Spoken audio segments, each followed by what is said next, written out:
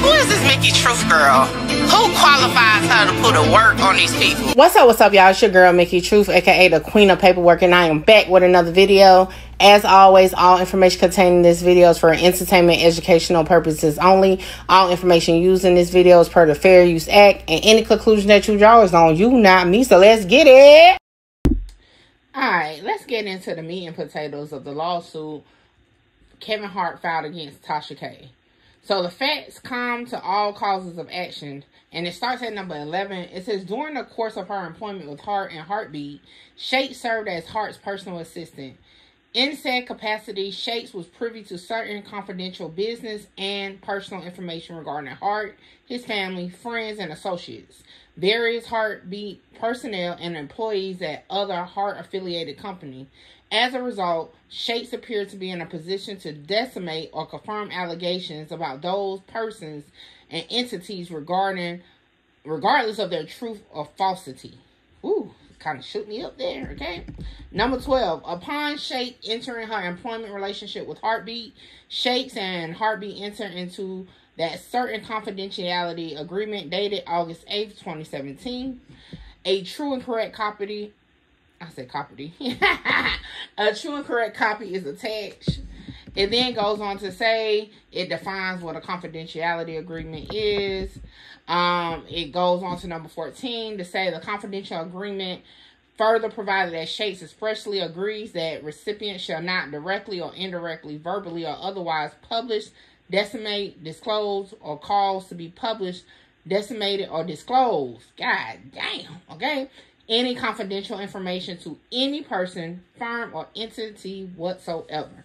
Number 15, on or around October 22nd, 2020, Shakes, on the one hand, and Hart, on behalf of himself, Heartbeat, and all other Hart-affiliated companies, on the other hand, entered into that said mutual release and non-disclosure agreement dated October 22nd, 2020, the NDA. A true and correct copy of the NDA is attached. The NDA called for Hart to pay Shakes $30,000 per year for a period of 3 years, along with other considerations. Then it goes in to say the NDA defines as confidential information are following: private and confidential information which is not generally known to the public or readily ascertainable by proper means by others, and is subject to reasonable efforts to maintain its secrecy pertaining to any of the following: protected parties, Kevin Hart, his affiliated companies, K Hart Enterprises, Inc., KHE Production, LLC, KHE Digital, LLC, including their officers, directors, and executives, and Kevin Hart's family members, past, present, and future, and their affiliated entities, including their officers, directors, and executives. Goddamn, that's a lot, okay? It further goes on with number 17. The NDA further provides that Shakes shall not directly or indirectly disclose, exploit, or decimate confidential information to any person or an entity whatsoever, including but not limited to friends, family members, journalists, tabloids, television or radio programs, websites, or internet social media. For example, Facebook, Twitter, Instagram, TikTok, Snapchat, etc. All collectively third parties are threatened to do so. 18. Shakes therefore has a duty to preserve the confidential information both as defined in the confidential agreement and in the NDA as confidential. The NDA included an attorney's fee clause providing as follows: in any proceedings arising out of related to this agreement and its enforcement, the prevailing party shall be entitled to recover all his, hers, its reasonable attorney fees, costs, and expenses incurred. So that means, hey, if this comes out that old girl fucked up, she about to have to pay for all this.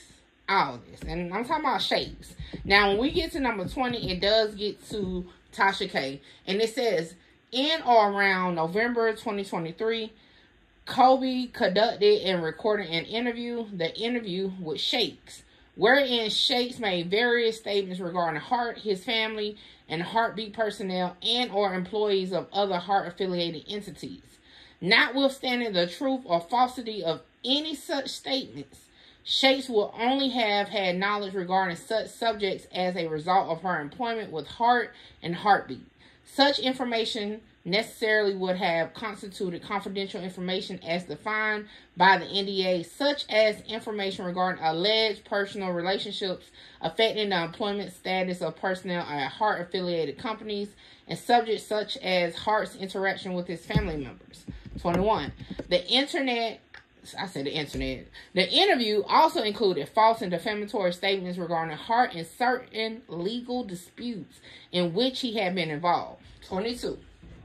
During the interview, I don't know if it's Kobe, but Tasha K, I'm just going to say Tasha K, asked Shapes whether she was subject to any non-disclosure agreements which would have prohibited her from disclosing the type of information that was the subject on the interview. Shapes acknowledged that she and plaintiffs were in fact party to the NDA, but claimed that the agreement unspecified loopholes that she apparently contended would enable her to escape the consequences of her brazenly violating her promises to plaintiffs and the NDA and confidential agreement terms. Jeez. Hope she knew what loopholes she was referring to. Hopefully, her lawyer really told her what loopholes and this wasn't something she came up with, because if not, ooh.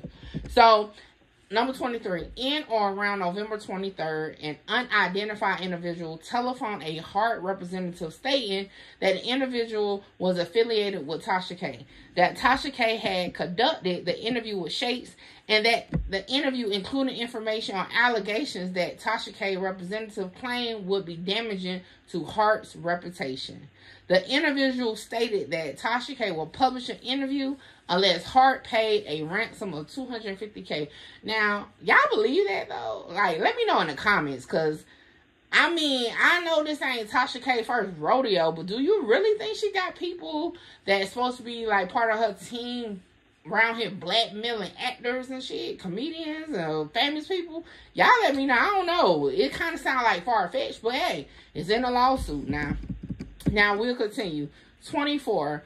On or around November 17, 2023, Tasha K posted a teaser for the interview on YouTube, and it gives the link, wherein she, along with Shapes, taunted the supposedly salacious and damaging nature of the interview. The teaser video clearly was intended to threat to Hart that the more detailed interview will be published if the ransom was not paid. Oh, shit.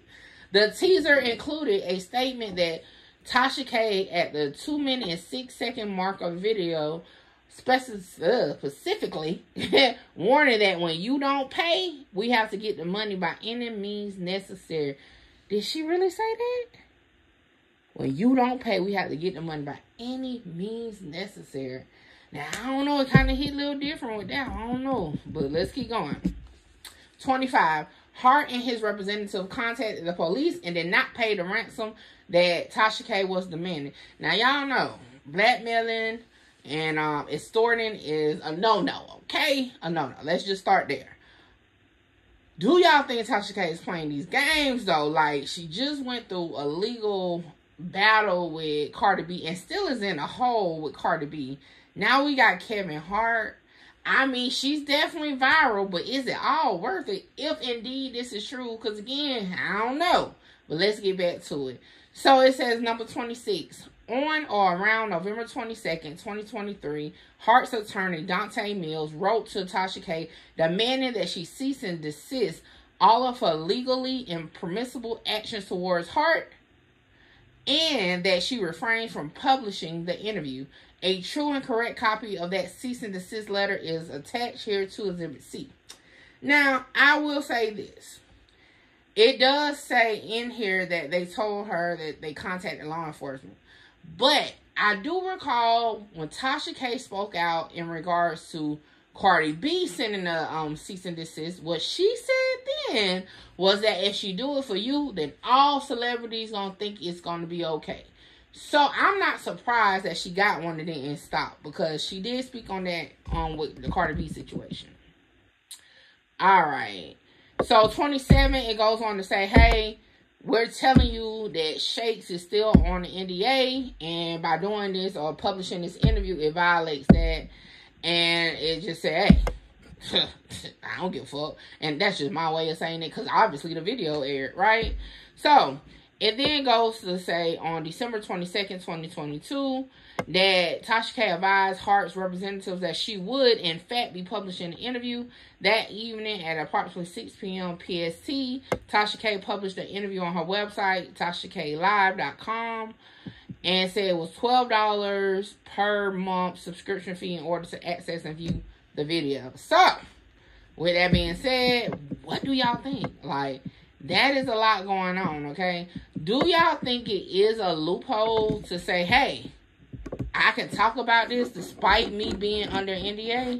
You know? Because some of the allegations, the first cause of action is civil extortion against all defendants, okay? Including Tasha K, including the ex-assistant, okay?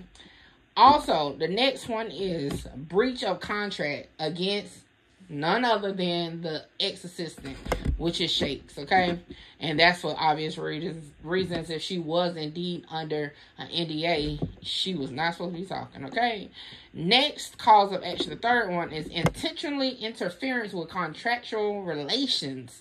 And that's against Tasha K. And I can only imagine, okay? Now, and number 41, I want to read this one, is at the time of the interview, Tasha K was aware that plaintiffs and Shakes were parties to the NDA. So, because of that, they're saying that's, you know, that's where they're going against that one. Now, the fourth cause of action is evasion of privacy, public disclosure of private facts against all defendants. The fifth one is defamation against, of course, the ex-assistant Shakes.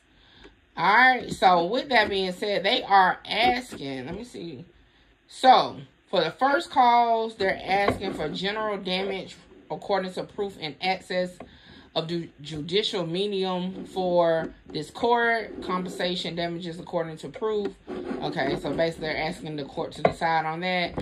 On the second cause, breach of contract, no less than $90,000 plus attorney fees, cost of suit, and all that. For the third one, no less than $90,000. Fourth one, they're leaving it up to the court. Fifth one, they're leaving up to the court. And yeah, so this could be in the millions, to be honest. No matter what you go through, do what you got to do and conquer the world. At the great on the beat.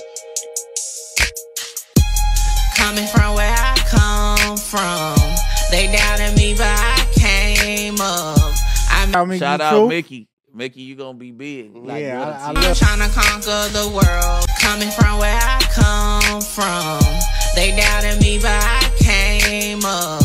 I made it through the storm, trying to conquer the world.